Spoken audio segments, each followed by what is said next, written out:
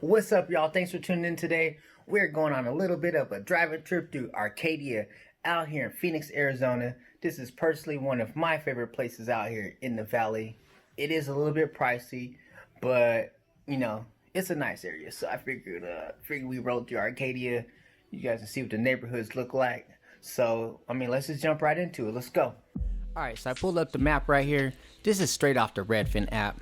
And as you can see, from 44th Street all the way over to the right side, 68th Street, and then from Thomas to Camelback. This pretty much shows us the boundary lines of where the Arcadia area covers. Alright, so this is pretty much the same thing, just zoomed out a little bit. Arcadia is located in the East Valley, and it's pretty centrally located in the East Valley. And you can see I circled 3 places here, starting with Phoenix Sky Harbor, which is the main airport out here in the valley. And then I got Camelback Mountain and downtown Scottsdale circled. These are all, common places out here in the valley, whether you're gonna fly somewhere, or if you're just coming here to chill, or you live here and you're just gonna go for a hike, or get your drink on, do some shopping.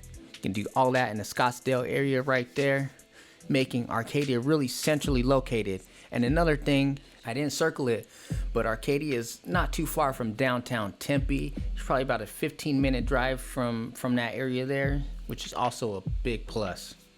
All right, so as you guys can see, lots of big palm trees, green grass, nice, what do you call it, curb appeal is pretty much the theme out here in Arcadia.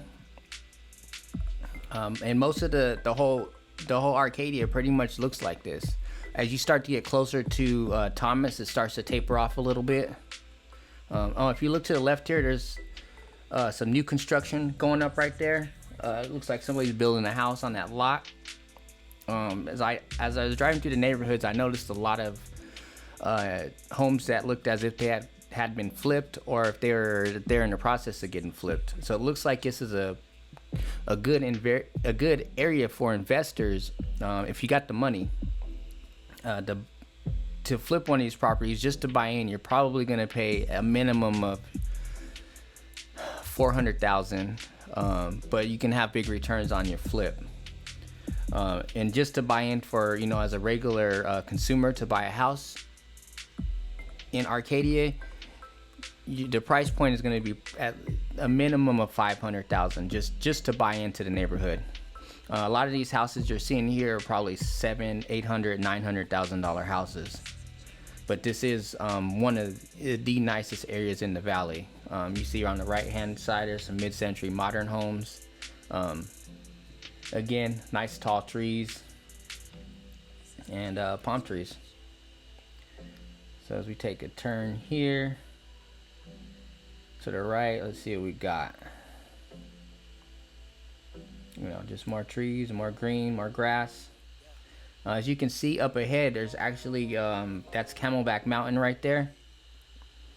And the camera doesn't really pick it up as good as it does, if you actually see it in person.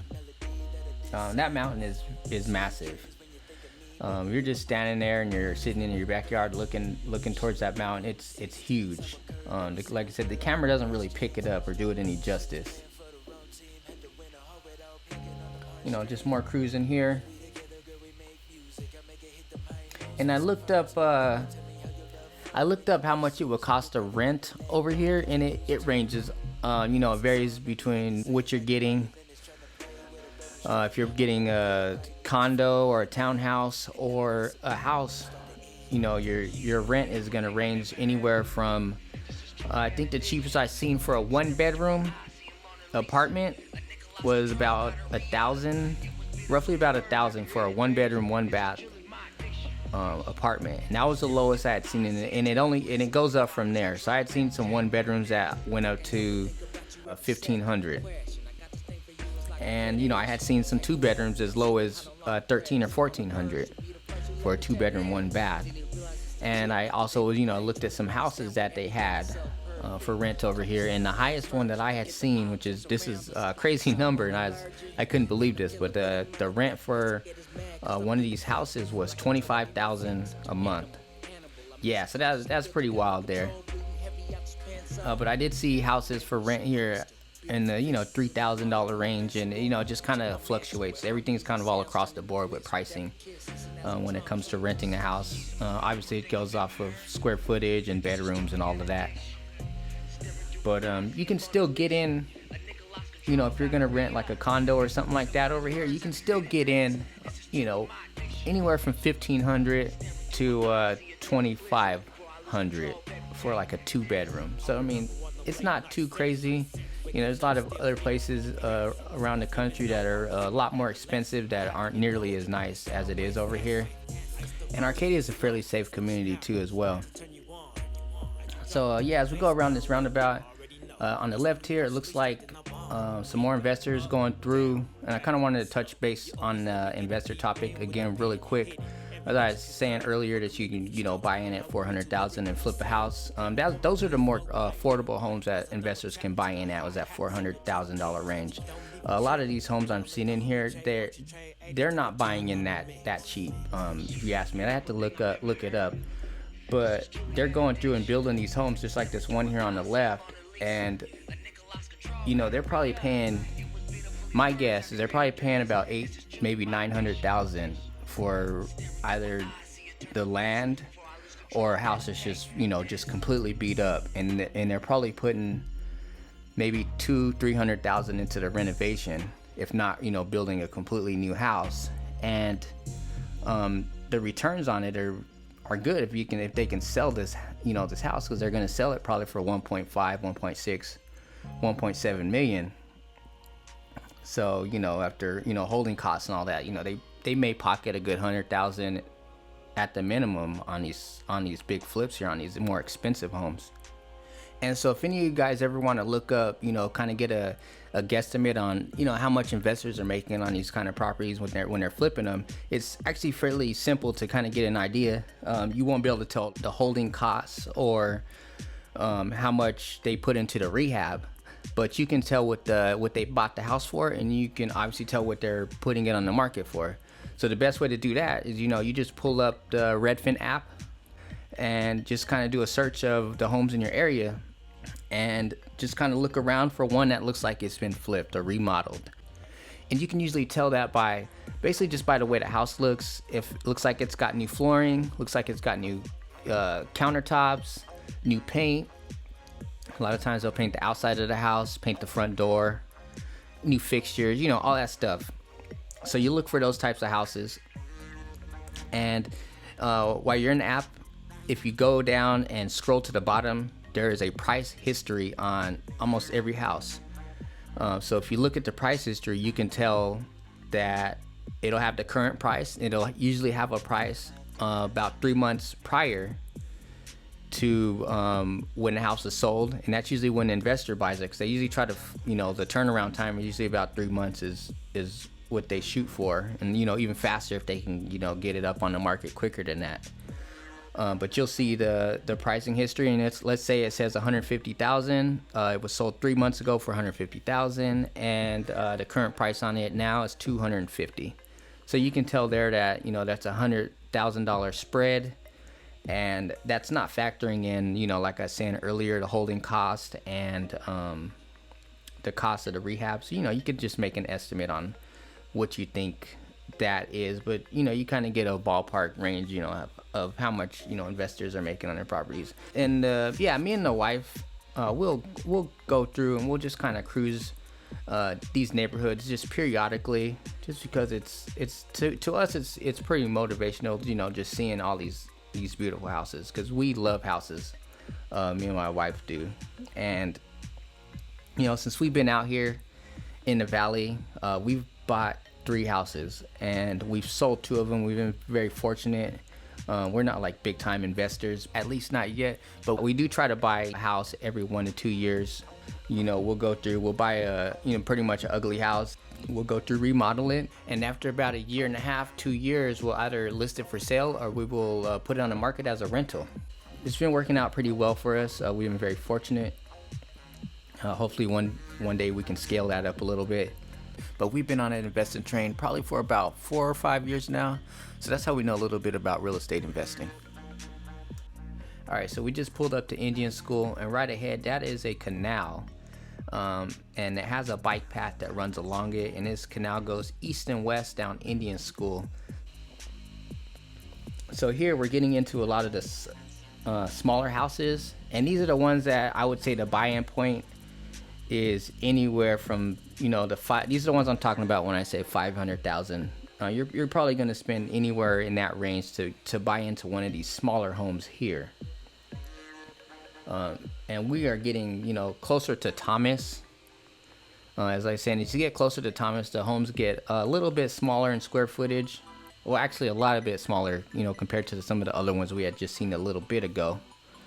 But, you know, these ones here are going to range probably from 1,200 square feet all the way up to probably 2,000.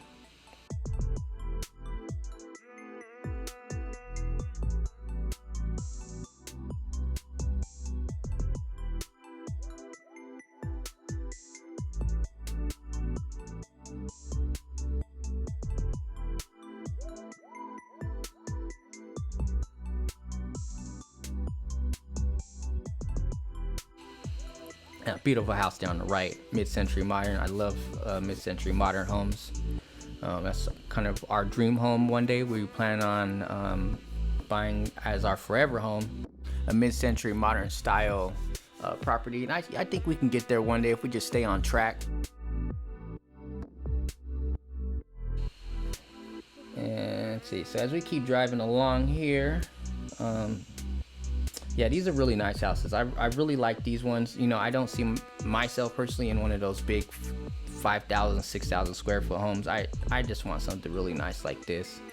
You know, anywhere from the probably about 1,400 square feet to 2,000 would be great for us.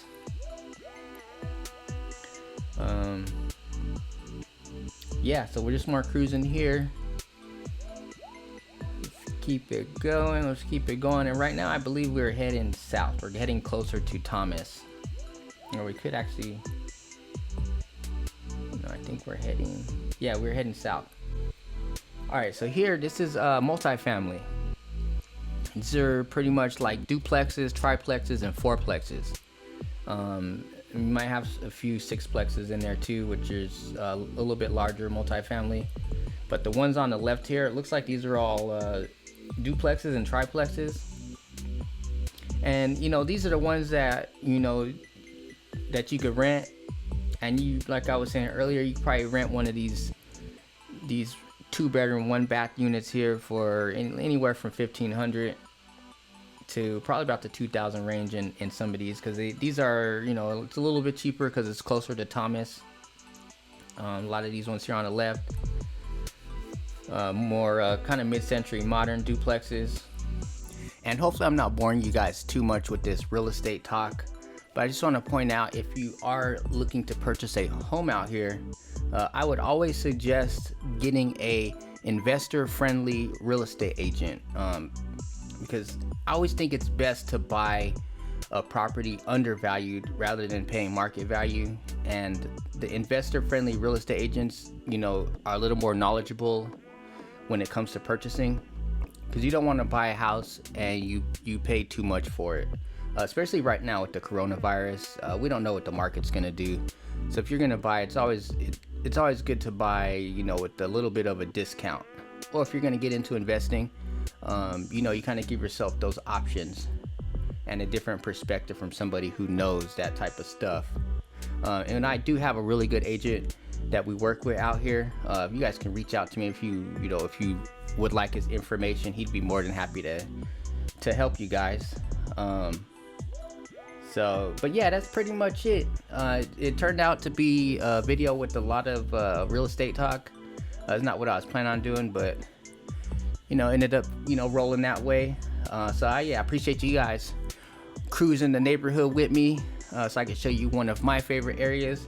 I think the next one we are going to do is probably going to be the ASU Tempe area, and kind of go through those neighborhoods and, you know, the downtown area as well as ASU, and do like another little driving tour. Yeah, it'll be coming probably next week. So yeah, they appreciate you guys tuning in, and you guys have a blessed rest of your day. Peace.